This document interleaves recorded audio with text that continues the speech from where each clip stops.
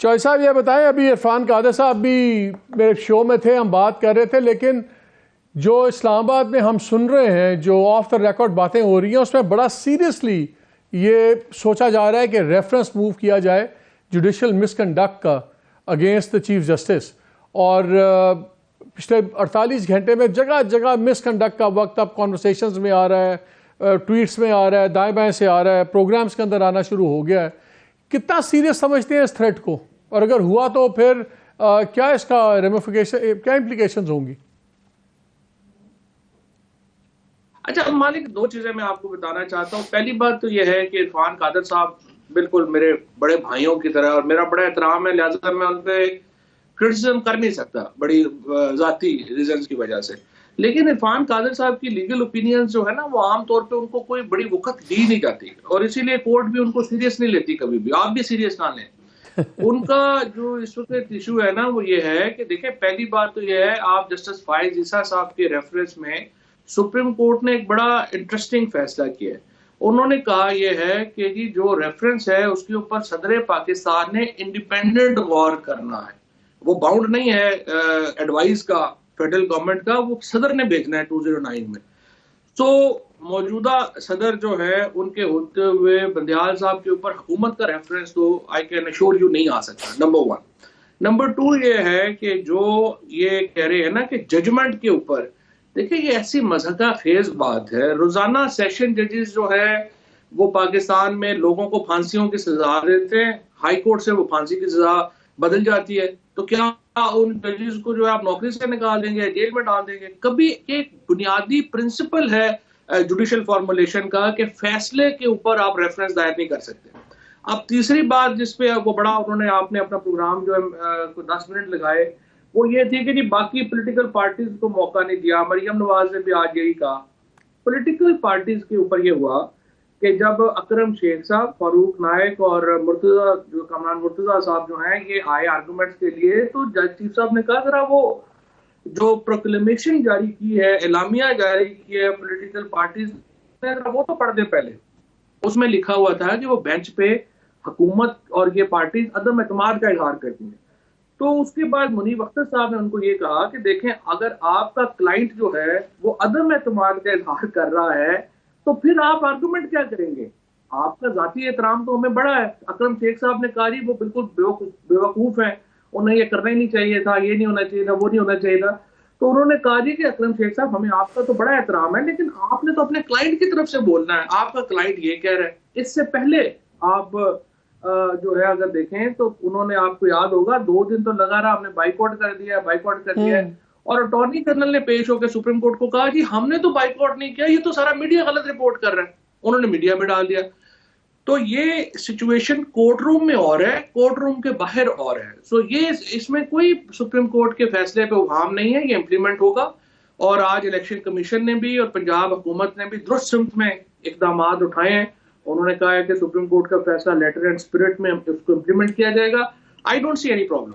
लेकिन आपका ये तो फिर बयानिया गलत नहीं हो गया, जो आप लोग एक परसेप्शन देते थे कि पीडीएम, इलेक्शन कमीशन, एस्टेब्लिशमेंट एक खाने में है और आप लोग दूसरी साइड पे हैं और इनसे लड़ रहे हैं। आज इलेक्शन कमीशन तो ठुक के उसने सुप्रीम कोर्ट की बात मान ली।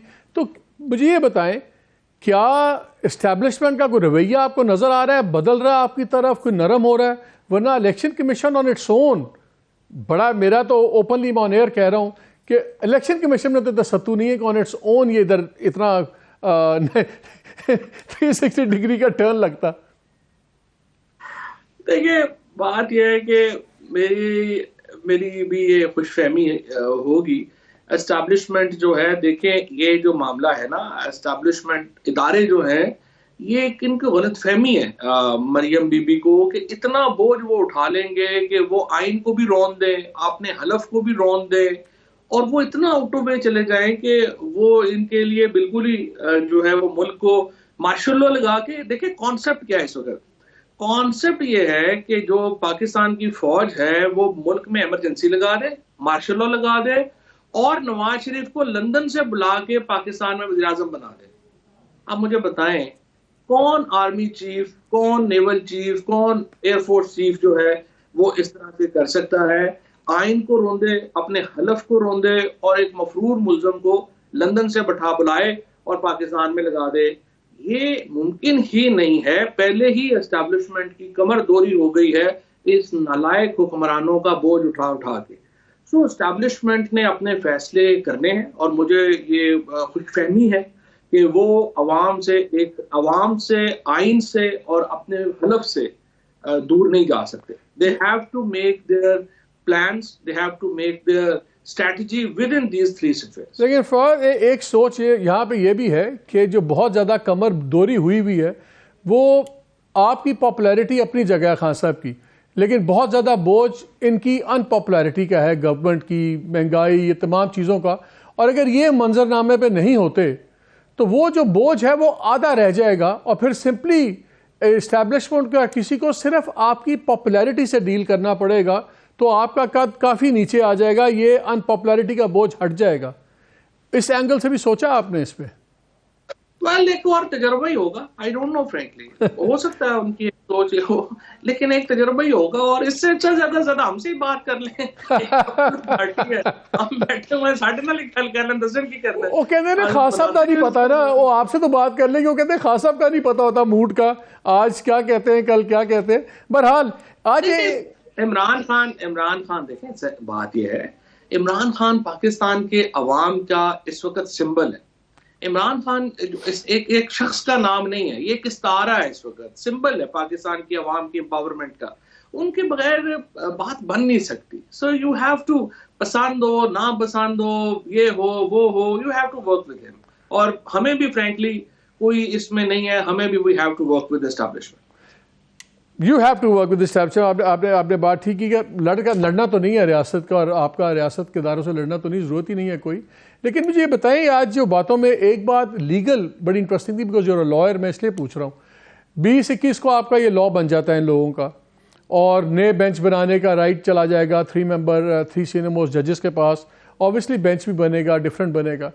उस वक्त ये अपील करते हैं, तो जो if I gather it right, तो इरफान कादर साहब की बात से मुझे ये लगा कि अगर ये अपील गवर्नमेंट करती है और वो बेंच सुन रहा है केस, और वो अगर 14 मई तक केस का फैसला नहीं हो पाता, तो फिर इलेक्शन शायद डिले हो सकते हैं, बिकॉज कोर्ट के अंदर वो सब्जुडिस होगा और कोर्ट का फैसला अगर आइडियली तो पहले ही होना चाहिए, लेकिन ये पॉसिबिलिटी अगर हो तो फिर क्या होगा?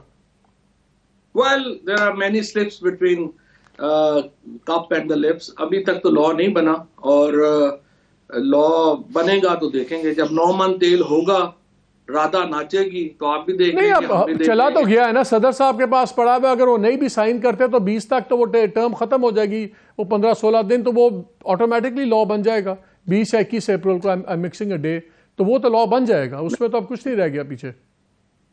नहीं, यहाँ 24 घंटों में गेम बदल जाती है। 20-21 तो बड़ा दूर है। वो गेम बदलेगा, अगर गेम बदल गई तो लॉ भी बदल जाएंगे, लेकिन अगर गेम ना बदली और तब तक लॉ आ गया, मैं उसलिए पूछ रहा हूँ। लेकिन लॉ, देखिए, ये लॉ सस्टेनेबल नहीं है। और मेरी नजर में अभी तो जो सुप्रीम कोर्ट में, कल तो देखिए ना, जो अक्सरियत है वो तो उन्होंने, जो जस्टिस फायज ईसा साहब का और जो फैसला था अमीनुद्दीन साहब का, उससे इतफाक नहीं किया। 6 जजेस ने उसको मुस्तरद किया, और शाहिद वहीद साहब पहले ही उसको मुस्तरद कर चुके हैं, और चीफ जस्टिस साहब उस बेंच में बैठे नहीं। सो 8 जजेस तो पहले ही सुप्रीम कोर्ट के एक उसके व्यू जो है वो अपना दे चुके हैं। सो ये जो कानून है, ये इसमें चीफ जस्टिस की जो पावर है उसको वीक किया जा रहा है, और इंक्लूसिव नहीं है। जब तक कोई लॉ सुप्रीम कोर्ट की जो चीफ जस्टिस की पावर्स को कम कर रहा हो, और उसमें सुप्रीम कोर्ट की अपनी आपने पहले इंक्लूसिव उनकी मदद दी हो। ये आजम तारड़ अच्छा खासा अक्लमंद आदमी है वैसे, to be fair with, and नहीं, लेकिन वो कोई पावर ले तो नहीं रहे, वो तो सिर्फ एक पावर के जजेस को ही पावर दे रहे हैं। एक जज के बजाय वो 3 को इन्वॉल्व कर रहे हैं, उसमें सुप्रीम कोर्ट की तो पावर कम नहीं हो रही। नहीं, वो चीफ जस्टिस की पावर तो कम हो रही है ना। तो देखना ये है कि क्या सुप्रीम कोर्ट जो है वो जिस तरह से, देखिए, आर्मी चीफ की सर्टेन पावर्स, आर्मी चीफ की पावर्स जो हैं उनको कम करने से या उसमें तब्दीली करने से इंस्टीट्यूशन कमजोर होता है। इसी तरह चीफ जस्टिस की सर्टेन पावर्स हैं, उनको कम करने से इंस्टीट्यूशन कमजोर होता है। So this is a debate. तो आप क्या चाहते हैं? डू यू सपोर्ट के सुप्रीम कोर्ट का चीफ जस्टिस फर्द वाहिद बेंच बनाए और वही फैसले करे सो मोटो के? You want that power? देखिए, मैं मालिक, मेरी बड़ी सिंपल इसमें रीजन है। मैं ये कहता हूं कि आपने अगर फौज की एस्टैब्लिशमेंट के रोल पर जो कुछ बात करनी है, उसमें उनकी मर्जी शामिल होनी चाहिए। अगर आपने जुडिशरी के कोई रोल के ऊपर बात करनी चाहिए, उसमें उनकी मर्जी शामिल होनी चाहिए। ये जो इदारे हैं, अगर आप जिस तरह से अब ये रोजाना पार्लियामेंट में रेजोल्यूशन पे रेजोल्यूशन ला रहे हैं, आपने देखा ये कल लेके आए हैं, फिर अभी ये कल फिर आज शहबाज शरीफ कह रहे हैं कि हम लेके आएंगे। ये जो आप पार्लियामेंट वर्सेस जुडिशरी करना चाहते हैं ना, इसमें पाकिस्तान को भी नुकसान है, आपका अपना नुकसान तो है ही है। और ये देखिए, ये नून लीग को मरियम नवाज तो देखे ना एक मिशन पे है। मरियम नवाज तो बड़ी एक पहली बार after a long time she is playing a shrewd game. वो तो शहबाज शरीफ को डिस्क्वालीफाई कराना चाहती है, और वो पूरी उनकी इस वक्त जो कोशिश है वो ये है कि एक तो चाचू की कुर्बानी हो जाए, सियासी बयानियां मिल जाए, और वो जो है वो ये भी इनसे भी जान छूट जाए। तो वो एक इस के ऊपर एक श्रूड पॉलिटिक्स कर रही हैं। और शहबाज शरीफ साहब जो हैं, अब पता नहीं वो समझते हैं नहीं समझते, कैसे वो उसको आगे डील विद करते हैं। लेकिन आपको याद होगा, and no one knows better than you, कि यूसुफ रजा गिलानी साहब को डिस्क्वालीफाई कराने के लिए जरदारी साहब ने एग्जैक्टली यही किया। उस वक्त गिलानी साहब बड़े जो है वो अपनी पावर्स इस्तेमाल करने के चक्कर में पड़ गए थे। जरदारी साहब ने उनसे जान छुड़ाने का फैसला किया हुआ था, और उन्होंने उनको डिस्क्वालीफाई करा दिया। परवेज अशरफ साहब ने आके खत भी लिख दिया, ये भी हो गया, सब कुछ हो गया, बेड़ा गर्क हो गया। तो यही खेल इस वक्त मरियम जो है वो शहबाज शरीफ से खेल रही हैं। इसके अलावा देखिए, सुप्रीम कोर्ट का फैसला आ गया है, इंप्लीमेंट करना पड़ेगा। The only way through which supreme court का डिसीजन इंप्लीमेंट ना हो, आप मार्शल लॉ लगा लें। और मार्शल लॉ लगा के, और आप ये कह रहे हैं कि फौज को कि वो ये फैसला इंप्लीमेंट ना करे, हमें इतना लाडला रखे अपने दिल के करीब कि वो पाकिस्तान के आइन को भी रोन दे, अपने हलफ को भी रोन दे, और मार्शल लॉ लगा दे। इसके अलावा तो और कोई तरीका ही नहीं है करने का। बाकी आपकी जो मर्जी किससे कहानियां उड़ाते हैं। ये कोर्ट इतनी टॉलरेंट क्यों है? जो बातें बिलावल भी कर रहे हैं, जो मरियम भी कर रही हैं, जो राना सनाउल्लाह साहब कर रहे हैं, बाकी लोग कर रहे हैं, और डायरेक्टली टारगेट करके चीफ जस्टिस को कर रहे हैं, तो ये भी तो एक इट वर्क्स बोथ वेज ना। एक तरफ आप कहते हैं जी दरगुजर कर रही है कोर्ट, लेकिन at the same time seriously undermine भी होती है जुडिशरी। फिर आम आदमी भी कुछ और तरीके से सोचता है। नहीं, मेरे ख्याल में ना दरगुजर कोई नहीं कर रही।